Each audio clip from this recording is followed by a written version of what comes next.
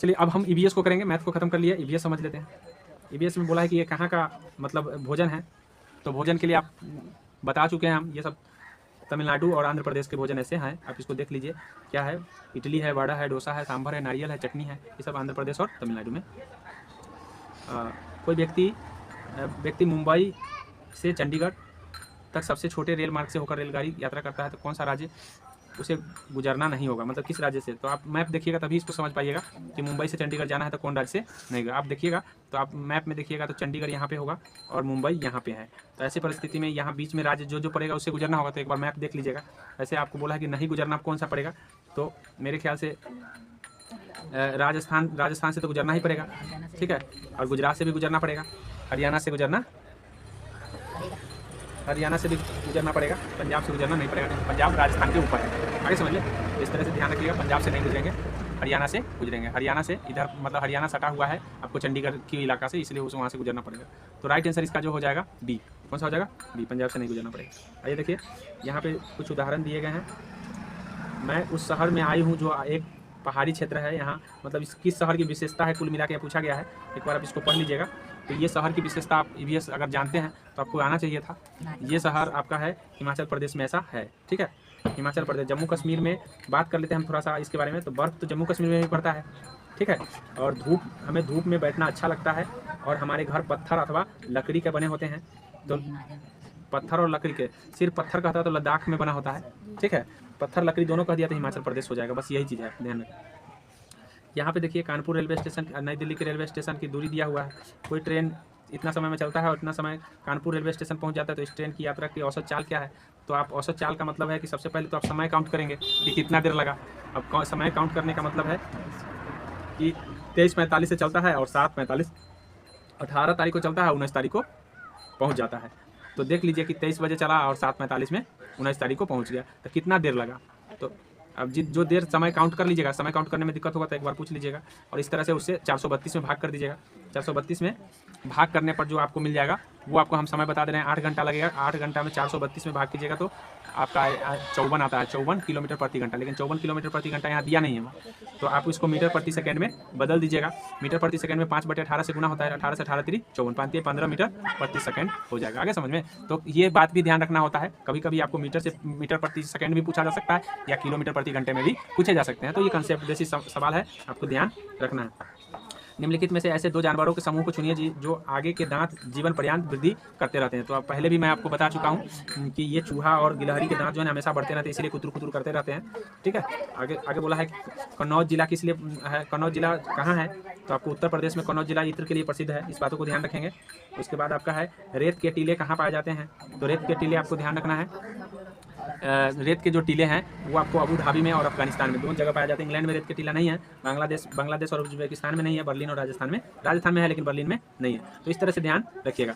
भोपाल बेंगलुरु के ठीक उत्तर में है, भोपाल जो है ना बेंगलुरु के ठीक उत्तर में है, तथा गांधीनगर भोपाल के ठीक पश्चिम में है। तो गांधीनगर के सापेक्ष बेंगलुरु, तो आपको इसके लिए क्या बनाना पड़ेगा, मैप बनाने का मतलब बोला है कि भोपाल बेंगलुरु के उत्तर में, तो यहाँ पे बेंगलुरु हो गया, बेंगलुरु के उत्तर में यहाँ भोपाल हो गया, और उसके बाद बोला है तथा गांधीनगर भोपाल के ठीक पश्चिम में है। तो भोपाल के ठीक पश्चिम में है, तो यहाँ भोपाल के पश्चिम में यहाँ गांधीनगर हो जाएगा, और गांधीनगर के बाद बोला है कि गांधीनगर के सापेक्ष बेंगलुरु का, तो बेंगलुरु यहाँ देख लीजिए कौन दिशा में होगा, पूर्व और दक्षिण, यानी दक्षिण पूर्व में हो जाएगा। राइट आंसर इसका हो जाएगा सी इज द एक्यूरेट आंसर हो गया।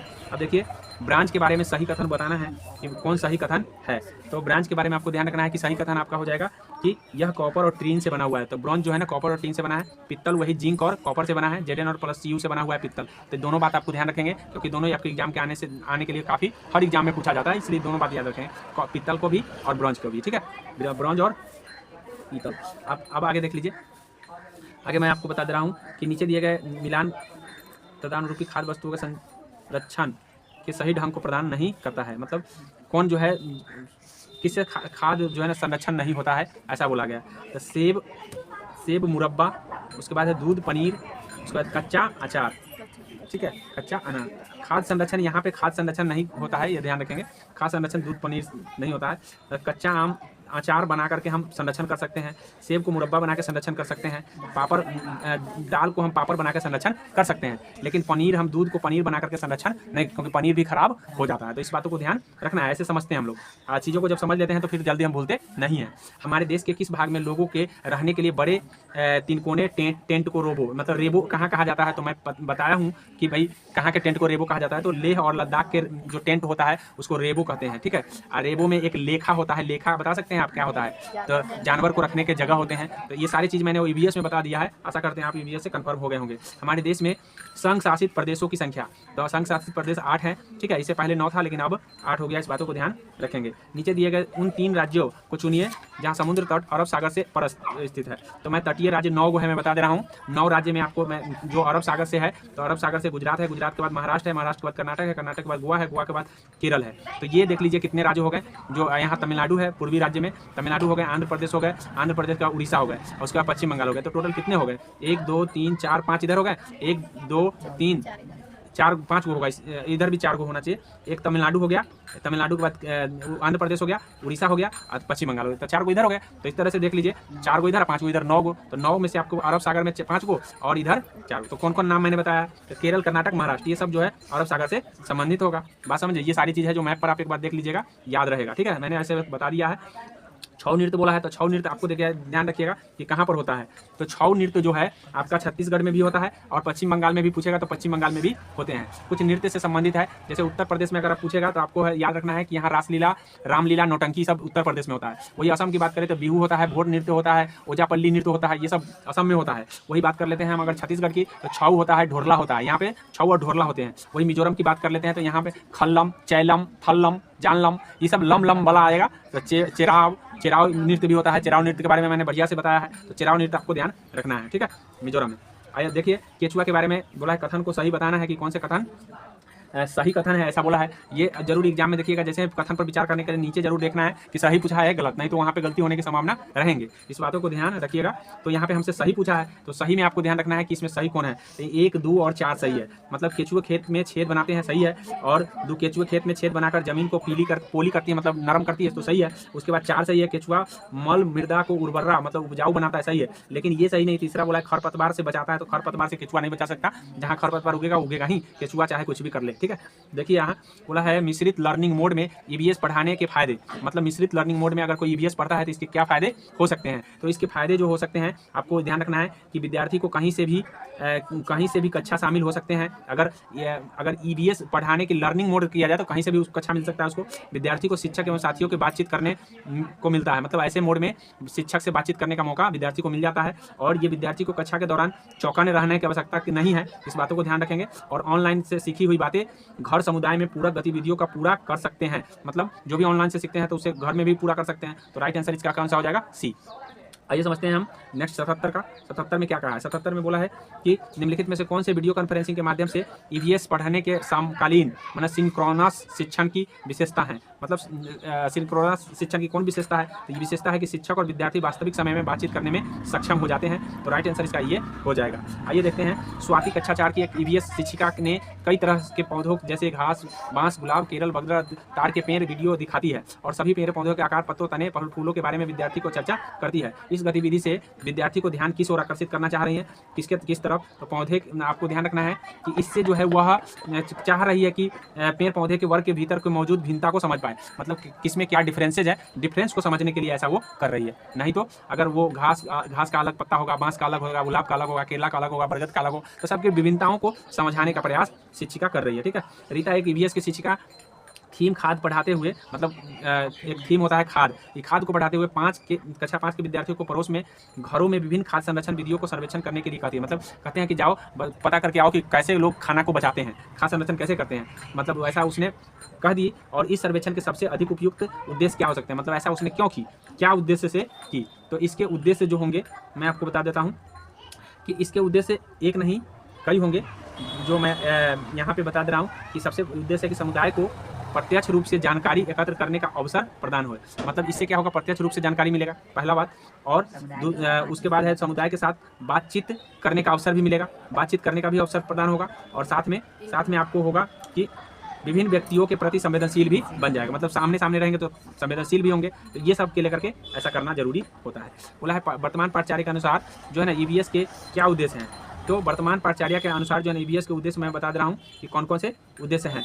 तो इसमें जो उद्देश्य हैं केवल 1 और 2 उद्देश्य सही है। 1 और 2 उद्देश्य में आप देख लीजिए कि प्राकृतिक, सामाजिक, सांस्कृतिक वातावरण के बीच संबंधों को पता लगाना ईवीएस का मेन चीज़ है, और समझ विकसित करना, और साथ में विद्यार्थियों और पर्यावरण संबंधी मुद्दों के बारे में जागरूकता का विकास करना, ये सही है। लेकिन ये आप दिया है कि पृथ्वी के मानव जीवांत रूप से समझना, ये संभव नहीं है कि सब दिन को हम समझ जाएं। और ईवीएस के विभिन्न शिक्षण शास्त्र को समझना, शिक्षण शास्त्र समझाने का कोई उद्देश्य नहीं है कि हाँ बड़ा मोटा किताब ले आए और उसको समझा दें, ऐसा संभव नहीं है। आगे है बोला है कि एक ईवीएस शिक्षिका को गतिविधि आयोजित करने के लिए, समूह बनाने के लिए निम्न मानदंडों को ध्यान में रखना चाहिए। कौन से मानदंड शिक्षिका को ध्यान में रखना चाहिए ईवीएस समझाने के लिए? तो उनको ध्यान रखना चाहिए कि समूहों के बीच सहभागिता और प्रतिभागिता के आधार पर समूह बनाए। ज़्यादातर सहभागिता और प्रतिभागिता याद रखिएगा, वो सही होता है ऐसे प्रश्न के लिए, इसलिए ध्यान रखेंगे।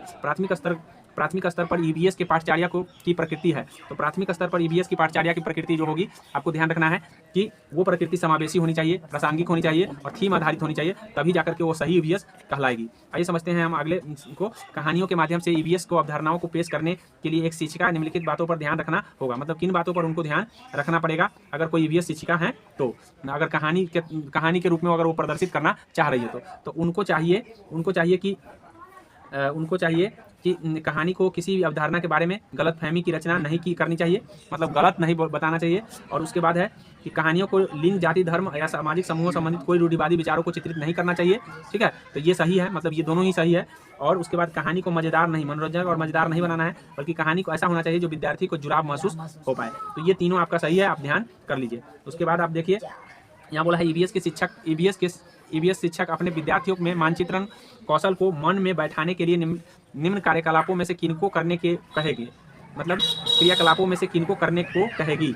तो मैं आपको बता दे रहा हूँ कि करने के लिए सबसे ज़्यादा जरूरी है कि वो मानचित्र के बुनियादी दशाओं को पता लगाएं। सही है, मानकीकृत मानचित्र भी बनाने आना चाहिए, तभी जाकर वो क्रियाकलाप कर लेंगे अपने उसके बाद है कि अपने बनाए गए मानचित्र के प्रतीकों का भी उपयोग करें। सब सही है, यहाँ पे ऑलरेडी सब सही है। यहाँ आप देख लीजिएगा एक बार। एक ईवीएस शिक्षिका एक चर्चा के दौरान बताती है कि राजस्थान के गांव के लोग राजस्थानी रूपी में उपलब्ध सामग्री से अपना घर बनाते हैं, मतलब जो भी वहाँ पे हैं वहाँ उससे घर बना लेते हैं, जबकि मुंबई जैसे शहर लोग सीमेंट, ईंट, कांच और टाइल जैसे सामग्री खरीद कर बनाते हैं। इस चर्चा के आकलन के लिए सीखने का प्रतिफल है, मतलब ऐसा क्यों किया जा रहा है? तो ऐसा करने का मेन मकसद है कि आपको कि तुलना करना कि किस तरह से राजस्थान के घर और यहाँ के घर अलग अलग हैं, मतलब क्यों अलग है, कारण है, तुलना किस तरह से वो कर पाते हैं।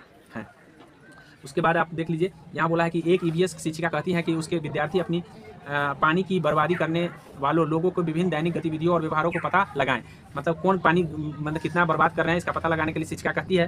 तो इसका क्या उद्देश्य हो सकता है, ऐसा क्यों करने के लिए कह रही हैं? तो इसका उद्देश्य है प्रतिदिन परिवार द्वारा उपयोग किए गए पानी की मात्रा का अनुमान लगाना कि एक परिवार कितना मतलब पानी उपयोग कर पाते हैं, इसलिए वो बर्बादी का पता लगाने के लिए कहते हैं। निम्नलिखित में से कौन से प्राथमिक स्तर पर पर्यावरण शिक्षण का अभिन्न घटक है, मतलब पर्यावरण शिक्षक का कौन घटक है? तो बच्चों का वातावरण जो है अभिन्न घटक माना जाता है, इस बातों को ध्यान रखेंगे। और ईवीएस शिक्षक के रूप में प्राथमिक कक्षाओं के लिए पाठ्यपुस्तक चयन मानदंडों को सबसे महत्वपूर्ण मानेंगे। मतलब अगर कोई पाठ्यपुस्तक चयन करना है तो सबसे अच्छा मानदंड इसमें कौन सा होगा? तो सबसे अच्छा मानदंड होगा कि पाठ्यपुस्तक में लिंग, जाति, धर्म संबंधी कोई रूढ़िवादिता न हो, और उसके बाद है पाठ्यपुस्तक सचित्र आकर्षण वाली हो, ताकि बच्चों को आकर्षण कर, मानक भाषा नहीं देना है, स्टैंडर्ड भाषा की कोई ज़रूरत नहीं है, और कम व पतली होनी चाहिए। कीमत कम होना चाहिए, पतली होना चाहिए ऐसा बात नहीं है, तो सही होना चाहिए, कीमत कम और पतली से मतलब नहीं है। ठीक है, कक्षा 5 के विद्यार्थियों को लिंग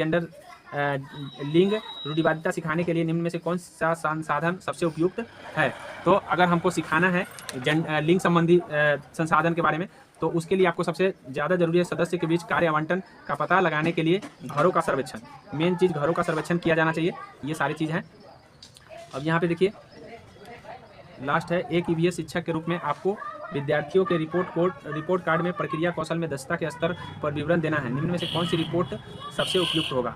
मतलब दक्षता के बारे में बताना है, तो कौन सा रिपोर्ट दक्षता के लिए काम आता है? तो दक्षता के लिए आपको कर्म निर्धारण जो है ना सबसे अच्छा होता है, इस बातों को ध्यान रखिएगा। राइट आंसर इसका कौन सा हो जाएगा? सी। तो आशा करते हैं समझ गए होंगे। ईवीएस के अगले दिन 11 चैप्टर बताएंगे।